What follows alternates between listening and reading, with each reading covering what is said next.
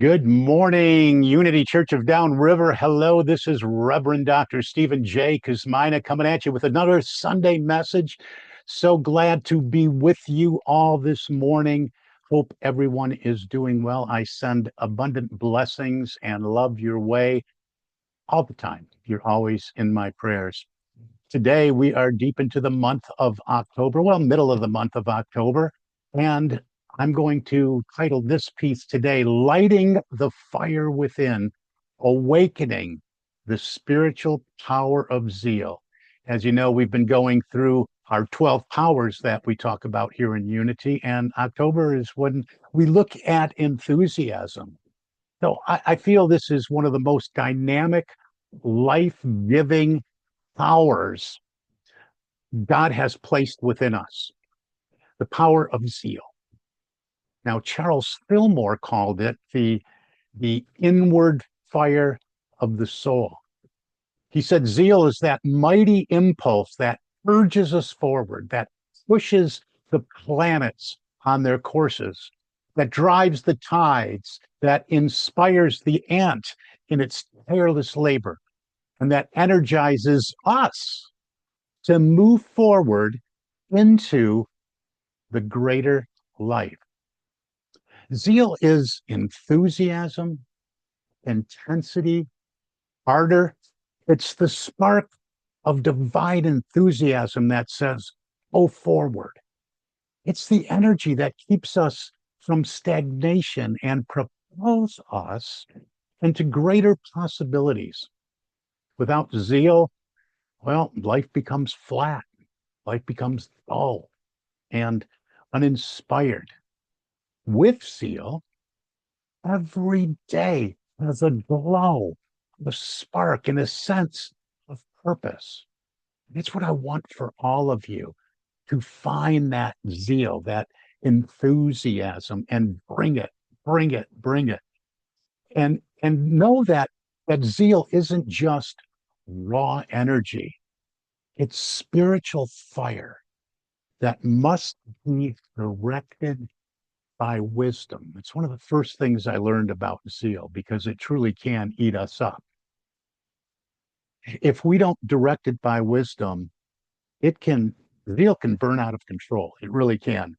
So today we're going to explore what zeal is, how to awaken it, how to balance it, and how to use it in a way that glorifies God and transforms our lives. So let's first ground ourselves in Scripture. In Psalm 69, verse 9, we hear this: The zeal of your house has consumed me. Now, Jesus' disciples remembered this verse when he drove the money changers out of the temple. Remember that? All the money changers in the temple. He was a little upset about that. That was zeal in action, not passivity, not apathy, but righteous energy directed toward divine purpose. In Paul's letter to the Colossians, Paul writes, whatever you do it heartily as to the Lord and not to men. That is zeal, heartily. Do it with all your heart. Don't sleepwalk through your life. Pour yourself into it. And in Paul's letter to the Romans, chapter 12, verse 1, we're told, do not lag in zeal. Be ardent in spirit. Serve the Lord. In another translation, we see, never be lacking in zeal, but keep your spiritual fervor serving the Lord. These verses remind us that zeal is a spiritual power to be cultivated, not ignored. So let's look to Charles Fillmore and what he taught us about zeal. Charles Fillmore, Unity co-founder, said zeal is the affirmative impulse of existence. It is God's go forward within us. He warned us, though, as I've been alluding to, that zeal without judgment can lead to nervous exhaustion, burnout, or imbalance. He wrote, "Do not let your zeal run away with your judgment. When zeal and judgment work together, great things can be accomplished." End quote. So in Unity's framework, zeal is represented by Simon, the zealot, one of Jesus' disciples. His name reminds us that zeal has its throne at the base of the brain, the medulla, where energy flows into the body. From there, zeal electrifies us. But like electricity, zeal needs wise direction. If unchanneled, it can shock, scatter, or burn out. But when harnessed, zeal lights up the whole house. So the lesson is clear. Zeal is sacred fire.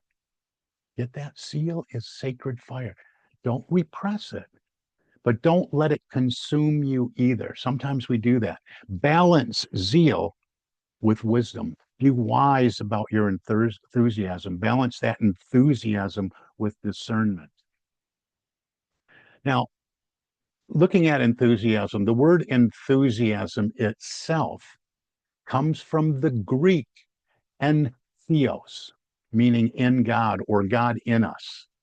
True enthusiasm is being filled with God, infused with spirit. That's something to be enthused about, isn't it? Making that real for yourself, knowing that that is your reality. That's in our second unity principle. Our essence is of God. We are made of God. So infused with spirit, that means zeal is not about frantic busyness or nervous energy. It's about being animated by divine presence. One of my favorite authors, Norman Vincent Peale, in his classic work, Enthusiasm Makes the Difference. He's the author of The Power of Positive Thinking. He wrote another book, Enthusiasm Makes the Difference. And he wrote that enthusiasm actually changes your life outcomes. He said, if you have zest and enthusiasm, you attract zest and enthusiasm. Life does give back in kind. Ralph Waldo Emerson observed, nothing great was ever achieved without enthusiasm. Isn't that true? I mean, think about it. Every breakthrough in history, every great invention, every work of art, every movement for justice, all of them were propelled by enthusiasm, not mere intellect, not old reason, but that inner fire that says, yes, let's go forward. Emmett Fox described enthusiasm as faith on fire. He said, when you are filled with true spiritual enthusiasm, obstacles shrink, doors open, and energy multiplies. And one of my very favorites, Dr. Wayne Dyer, reminded us that enthusiasm is alignment with source. With source, alignment with source. He wrote, when you're enthusiastic about what you do, you're aligned with the creative power of the universe. So we have Charles Fillmore, Norman Vincent Peale, Ralph Waldo Emerson, Emmett Fox, and Dr. Wayne Dyer, all pointing to the same truth. Enthusiasm, zeal is not optional. It's the key that lights the fire of creativity, resilience, and manifestation. Let me share a cautionary tale. I once knew a man who was so zealous for spreading truth. And I was to a certain point like that in the early days, in the beginning. It's like, wow, this train of thought, this way of thinking has the power to transform lives from the inside out. We got to get this message out. And I'm still like that to a certain extent, but I do temper it with wisdom. But this guy was so zealous for spreading truth. He never rested.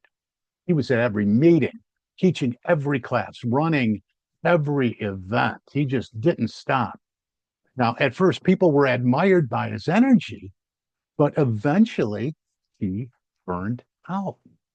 His zeal had eaten him up, leaving nothing for spiritual growth. That's exactly what Psalm 69 warns about.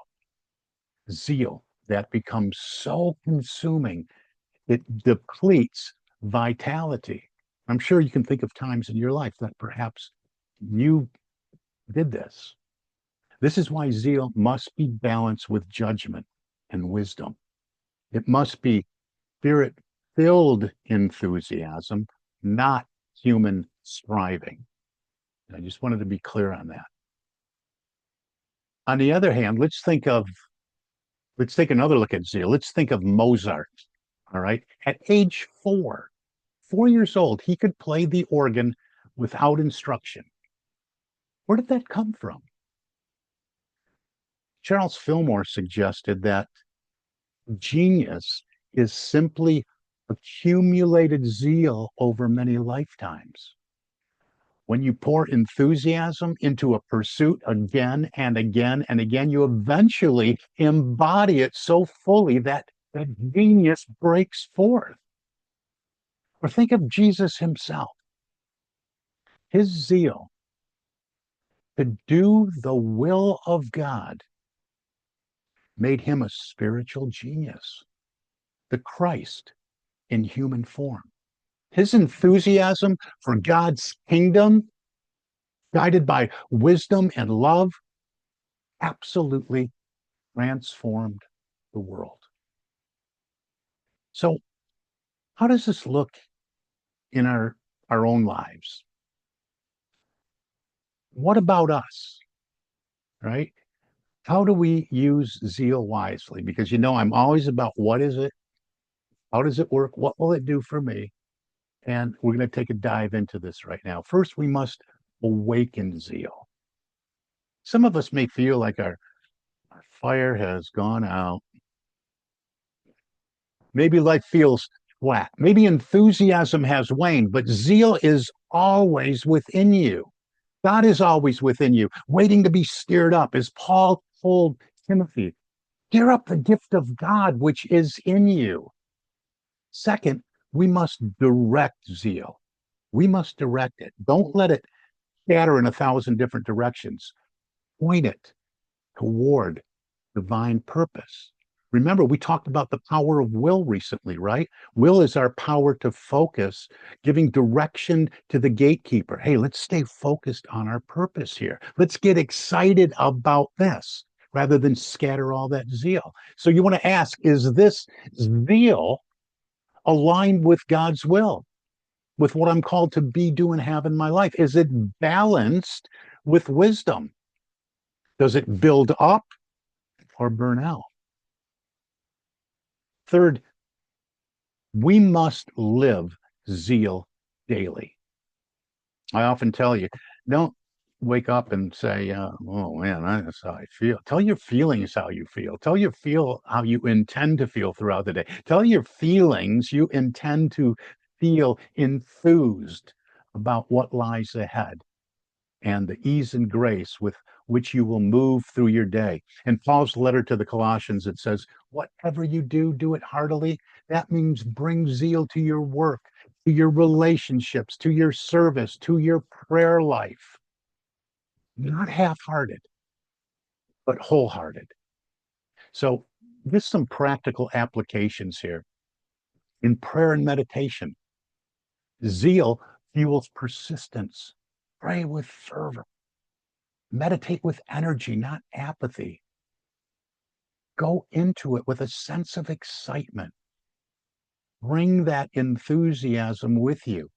In work, approach tasks with enthusiasm. I'm going to feel so good about getting this done. I've had it on the to-do list and I keep moving it to the next day, but not now. I'm going to tackle this and I'm going to feel so good. I'm enthused about accomplishing this and about accomplishing my goals. Remember, Ralph Waldo Emerson said, nothing great was ever achieved without enthusiasm. Bring it. Even mundane work can be transformed when zeal is applied. Get creative with it. In relationships, zeal makes you present, attentive, alive to others. Bring enthusiasm to listening, to loving, to forgiving. Bring enthusiasm, yes. I'm excited about this. I'm enthused about how I can be the Christ of God in this relationship, in this presence, in me offering of myself in the form of a listener, listening with empathy, perhaps sympathy, listening, active listening, being fully present, knowing that I'm listening to another child of God, forgiving if I have to. And how about in service? Serve with joy, not drudgery. Bring it right here to this ministry.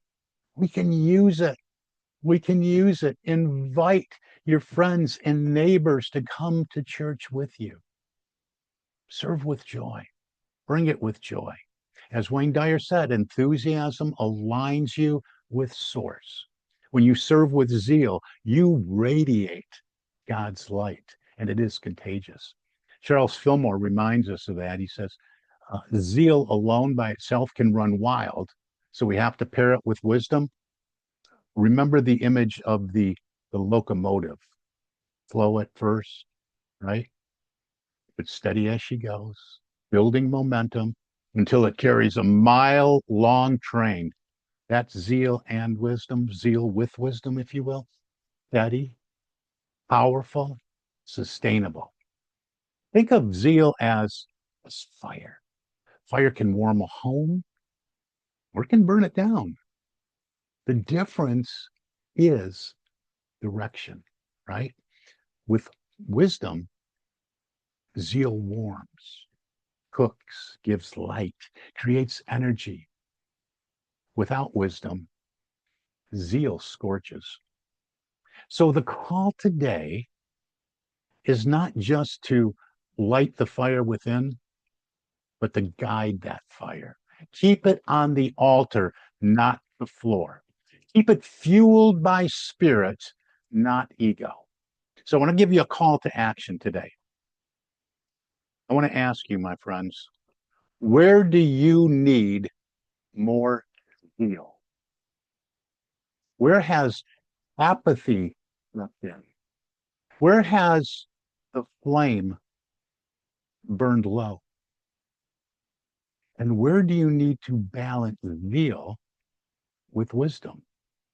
Where has overzealousness led to burnout or imbalance? I'm sure we can all think of those times in our life. I get so excited about, so enthused, and I just got to a point I just couldn't do it anymore.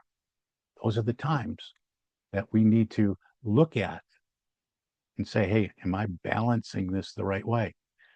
Today, Spirit calls us to awaken zeal, not as nervous energy, but as divine enthusiasm. Light the fire within. Let zeal and wisdom work together.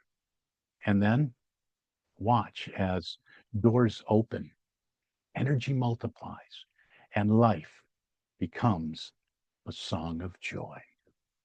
And so it is, and so we let it be. Now, I'll let you decide right now. I do have a guided meditation here. You can either end the video now and move into, I know you probably did your own meditation, unless maybe you got word of this and decided to just go with this meditation right here, right now. I'll just share it as some inspirational words you can take within as part of this message here. And I call this simply lighting the fire within. So I invite you to close your outer eyes, gently close your eyes, take a deep breath in. And only do this, of course, if you're in a safe place, not watching children or somebody that needs your attention, not driving or operating machinery. Just close those outer eyes, take in that deep breath, let it out slowly, feeling your body relax. Bring your attention to the base of your brain. Focus your attention there, to the medulla. The place unity teaches is the throne of zeal. Imagine a small flame there, glowing gently. With each breath, see this flame grow brighter. Feel it warming your whole body. This is the fire of zeal, the spark of divine enthusiasm, the light of spirit within you. I like to look to it as a pilot light. On a gas stove, that pilot light is always on, always burning. Zeal, divine enthusiasm. And as you breathe, taking in another deep breath, silently affirm infinite energy and intelligence are pouring forth zeal and enthusiasm. Now let that flame flow forward to your eyes. See them shining with divine light, filled with vision and clarity. Affirm, my eyes are open to the radiance of spirit. Now let that flame move to your ears. Feel them attuned to the harmony of spirit. Affirm, my ears are open to the voice of truth. I hear with clarity. Let the flame move to your mouth and throat. Feel your voice strengthened, energized, filled with love. Affirm, I speak words of life, truth, and enthusiasm. Now feel the fire of zeal flow through your heart. Let it ignite your love, your passion, your joy. Affirm, my heart burns with holy enthusiasm.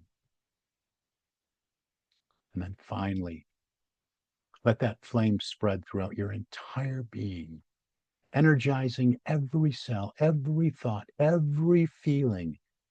You are lit from within, glowing with divine zeal. Now rest in this radiant energy for a few moments. Feel God's enthusiasm coursing through you, through every fiber of your being. Now, gently, with another breath, bring your attention back to this room. Wiggle your fingers and toes. Take a deep breath, and when you're ready, open your eyes. Know you are renewed. You are recharged.